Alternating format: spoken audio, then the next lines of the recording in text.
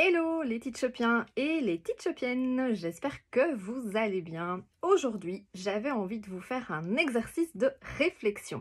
Alors, je vais vous faire réfléchir sur comment je réagis lorsque je suis face à une situation stressante. Mais tout d'abord, j'avais envie de te dire que le stress, de manière générale, c'est un comportement qui t'appartient, puisque je peux être face à un événement avec une autre personne à côté de moi, et moi, cet événement me met en stress, et l'autre personne, ça ne la met pas en stress. Donc ça m'appartient, c'est-à-dire que c'est dans ma perception que je ressens du stress.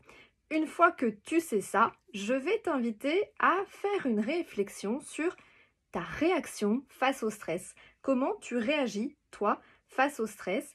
Et on fait un lien très étroit avec les réactions animales dans la nature. Alors, on parle aussi de la réaction des 3 F. Et donc, je vais te faire cette explication sur les 3 F. Alors, le premier F, on parle de fight, donc se battre, combattre. Et on l'associe à notre petit lion. Alors, dans la nature, le lion, lorsqu'il est face à un prédateur, eh bien, il a tendance à aller combattre ce prédateur. Il fait face, il y va, parce qu'il est persuadé qu'il va gagner et qu'il peut réussir. Et donc, tu as certaines personnes qui, face à des situations de stress, vont aller combattre ce stress. Elles sont vraiment dans « je me bats contre ça », mais ça peut être très, très épuisant et très énergivore. Deuxième F, le F de flight. Donc la fuite. Et la fuite, on l'associe à notre petite antilope.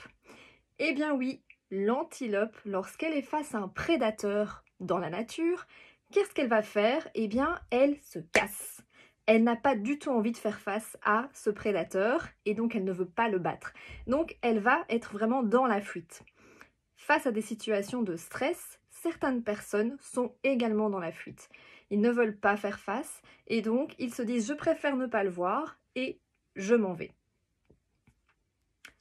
Troisième F, le F de freeze. Alors le freeze, je suis tétanisée, je suis figée. Et on l'associe à notre petit lapin. Alors oui, le lapin, une fois qu'il est face à quelque chose qui le met en stress, en inconfort, il va se figer. Donc il ne bouge plus, il est là physiquement, mais il ne se passe plus rien. Eh bien, certaines personnes face à des situations de stress vont avoir cette même réaction d'être tétanisées. Et effectivement, la personne est là physiquement, mais elle ne sait plus rien faire. Ses jambes sont fixées au sol, elle ne sait plus parler. Maintenant que tu as les 3 F, le fight, le flight et le freeze, je vais t'inviter à identifier ton F dominant chez toi. Alors, petit bonus, moi je ne m'arrête pas là avec les 3 F, je vous offre un 4e F que j'ai créé, auquel j'ai pensé, qui est le face it. Alors oui, je fais face à une situation de stress et je l'ai identifié à l'ours. Parce que l'ours, lorsqu'il est face à un prédateur, eh bien, il va se mettre sur ses 2 pattes arrière et il va faire face de tout son corps.